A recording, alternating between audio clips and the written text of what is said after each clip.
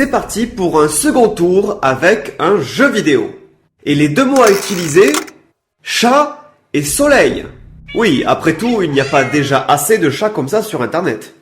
Donc, ce sera un jeu de stratégie de type RTS, comme StarCraft, ou celui qui sera l'influence principale, Alerte Rouge 2, car il aura une base humoristique. Ce jeu se passera dans notre monde, mais en considérant que l'humain n'existe pas. À la place, ce sont les animaux qui ont évolué jusqu'à devenir des êtres humanoïdes dotés d'intelligence.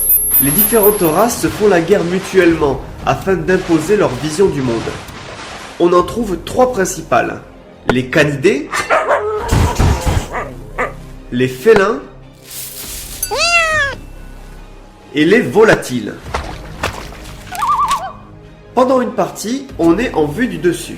Pour avancer dans la partie, le joueur doit créer trois types d'éléments.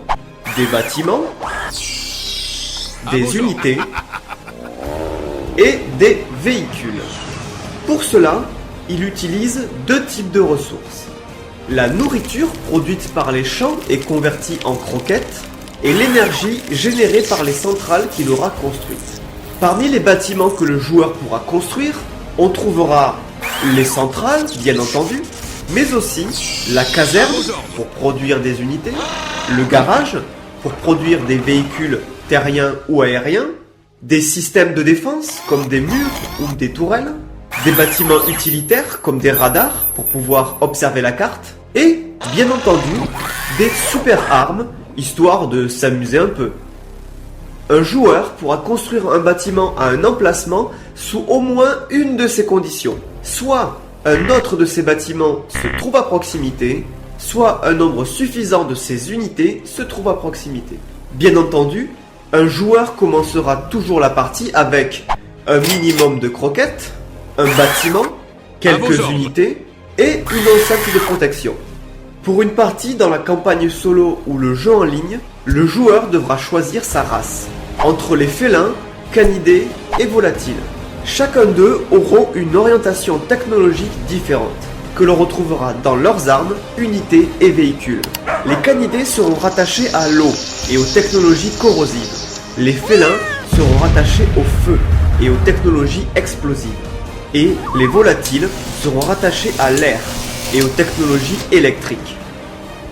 Un point de gameplay particulier est que le climat des cartes évoluera durant une partie. Chaque race est rattachée par sa technologie à un climat. Les canidés à la pluie, les volatiles au vent et les félins au soleil. Si une unité, bâtiment ou véhicule se trouve dans une zone où le climat lui est favorable, elle bénéficiera d'un bonus de puissance, voire de capacité en plus. Par exemple le dragon, une unité qui utilise un lance-flamme. Il aura une portée supérieure dans une zone ensoleillée. Et, si le soleil est très fort, les ennemis qu'il tue s'enflammeront et pourront enflammer les autres ennemis qu'il touche. De ce fait, certains bâtiments ou véhicules serviront à contrôler le temps. Les ressources des champs pourront être collectées par n'importe quel véhicule ou unité, soit pour enrichir les croquettes, soit pour qu'ils puissent se régénérer. Au final, pour gagner une partie, chaque joueur doit détruire les éléments de son opposant. Un joueur a perdu car il n'a plus de bâtiments, ni plus assez d'unités ou véhicules pour en créer de nouveaux. Les campagnes solo seront centrées sur les politiques des différentes races. Les félins sont des royalistes désirant détruire les autres races pour que seule brille la leur. Les canidés sont des républicains souhaitant mettre le reste du monde sous leur contrôle.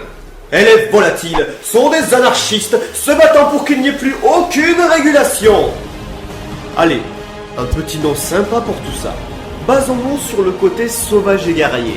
Et trouvons un nom en anglais. Disons Wild War.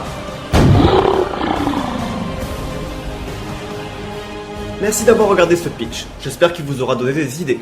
Si vous voulez en voir d'autres, vous pouvez en trouver sur ma chaîne. Vous pouvez également vous abonner et les partager.